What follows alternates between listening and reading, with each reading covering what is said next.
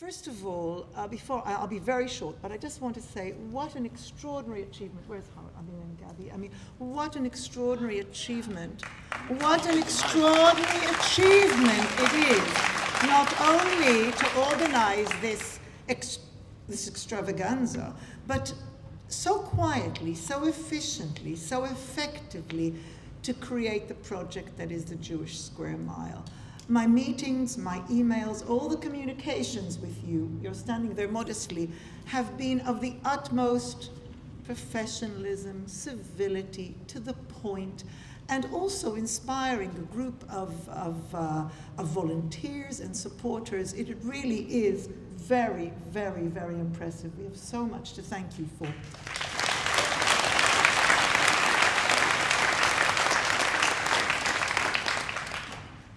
This is a wonderful moment to reflect on medieval Jewish history in particular, because amongst you there are representatives of what is now a really strong community of scholars that are using new technologies, looking at new sources, bringing new approaches to the study of that community. We have amongst us I'll call them the middling generation, Dean Irwin and Rory McLennan, who are sitting here, and we have an array of brilliant researchers, PhD researchers in various universities across the land who've come here and who are making that exploration of exactly that vivacity that you described so well, Howard, that so many types of activities that made Jewish lives in medieval England what it had been, and what we're trying to remember today. It's really just a very, very exciting time, and there will be new discoveries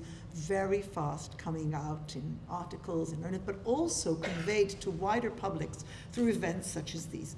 So I just wanted to remind you a little bit about the context of the lives of those Jews, some of them buried literally under our feet, because that early history of the Jews in England really starts with the Norman conquest. We have to remember that the Jews from Normandy were, invited, or it was made useful and enticing for them to come over here, first in a few tens of families, first a few hundreds, and then it grew to a number of thousands at the largest extent of the Jewish community in that medieval portion. As was mentioned already, they came soon after the Norman conquest. There was an attempt to expel them for a while from a number of cities in 1275, that is 750 years ago exactly, and then the final expulsion of 1290. But in that over 200 years that they did live, it was really an extremely rich and extremely complex life, because the Jews lived in this sort of mutual relationship of interdependency, albeit not at all an equal one, between the crown and its Jews. The crown protected the Jews, determined the terms by which they lived in England, protected them in various ways, even privileged them in some ways. But that life of these Jews, and as I said, it came to be a few thousands of Jews throughout the land in tens of communities, there was always this tremendous element of uncertainty. So you build lives and all is going well, and you work in a variety of professions, not just also in financial services, but also there were artisans, and we heard of the doctors already, and so on. And I should say that the involvement of women in all these activities was very, very deep indeed. Jewish women, like the very famous Licarisha, but more modest ones as well. So this was a life full of possibility in the greatest city of the kingdom, London, then as now, but it was always full of this uncertainty and the need to show resilience in the face of, unkind words, but also physical violence and dispossession. So what was London at the time? Well, London goes back as an important port and commercial center to the Roman period, but it continued to have that sort of status also in the period that predated the Norman conquest of 1066. But after the Norman conquest, it flourished increasingly, not only because the crown made it into this hub of their kingdom, but also generally Europe was experiencing a tremendous demographic and commercial and economic period of growth that lasted about 200 years, indeed coinciding with the period of the Jews in England. And during that period, London grew within a broader European economy, and that means really strong contacts with countries on the continent and also in what we would call Scandinavia today. So the Jews of London lived in a truly multicultural city with other minorities, ethnic minorities, linguistic minorities, particularly from the Low Countries, Belgium and the Netherlands of today, Germany, but also and increasingly from the buoyant Italian commercial cities. So they were a minority alongside other minorities, but they were the major religious minority, and that was always the source of insecurity, of possible interpersonal violence or other forms of violence that, of course, the Jews suffered. So the Jews lived good lives in London.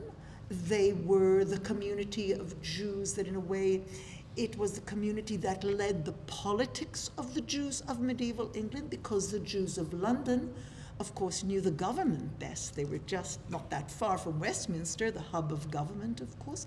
They had dealings with officials. Not far away, of course, is the Tower of London, and with whose constable they had regular dealings that ranged from taking refuge when the streets seemed violent or in periods of unrest, actually literally taking refuge in the safety of the Tower, but also the Tower as a place where, rich Jews might be grabbed and put in for a while, pending the payment of debts or of, indeed, inheritance tax. So again, everything almost has this sort of double-edged meaning for the Jews in medieval England. And in that sense, it's very much like minority groups in most places at most times. So they made their lives. They found pathways that were that took them, men of London, merchants of London, Jews of London, to large parts of the country. I mean, literally, they reached into Wales and into Scotland ultimately. If we are to take that period of 200 years, we would point out that the second half, that is the 13th century bit, became increasingly problematical. There were, particularly under King Henry III, who ruled for a very, very long time, and under his son, there were restrictions, very irksome restrictions on what Jews could or could not do. Throughout the whole period, though, and this is really important, there was really quite savage taxation on Jewish wealth. So there was, on the one hand, a desire to give Jews enough freedom to flourish and to provide the services that the economy need, but also to amass wealth, in order then, of course, to tax it quite powerfully and quite invasively and quite unpredictably as well. Nonetheless, Jews facing all of that developed their own skills for coping. They developed what we might call sort of diplomatic and lobbying skills. They understood who to turn to in order to achieve certain ends in the protection of their communities and of their well-being. Some of them felt, this is too tough, and tried to find refuge in other parts of Europe. There's also there are no doubt cases of conversion when people just felt the limitations and the uncertainty were just too much. And in the course of the 13th century, also a very peculiar institution was created on what we call now Chancery Lane, not far from here, which was a a sort of refuge, a sort of home for converted Jews, in order to encourage Jews that if they wanted to convert, they could find a place where they would live with like-minded people and get a tiny stipend and so on. We have no reason to think that this was at all a great success, but it shows the sort of pressures that were on the Jews who lived in London in those times. Nonetheless, I think what's really impressive is the resilience, is the adherence, as we've heard already, to the Jewish traditions. Not least, we will see, for example, in the exhibition, a mikveh stone, a stone from a mikveh, adhering to Jewish law, purifying their bodies as required, conducting family festivities, to which we know Christians were invited on occasion, because there are strictures against for Christians not to go to Jewish festivities of that description. And ultimately, it must have been a terrible shock, and indeed tragic, when people so well embedded over more than 200 years in London, Londoners indeed, Jewish Londoners, had ultimately to get up and to leave. And that is always tragic, and that we must remember. It is obviously very cheering that a few hundreds of years later, a new Jewish community was created, again, not far from here in London and elsewhere in the country. And that's another story, perhaps for another exhibition one day. But it's what we have, I think, to take away is just the extraordinary sort of an appreciation of the extraordinary resilience people to get up, to rebuild, to reconnect with those who in their neighborhood or business partners who perhaps had not stood by them, and to forgive and to look to a better future.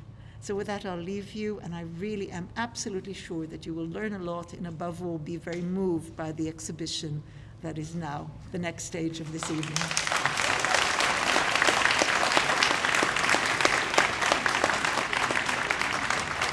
Thank you, Professor Miri. Ladies and gentlemen, I hope you've enjoyed the concert. The evening isn't over.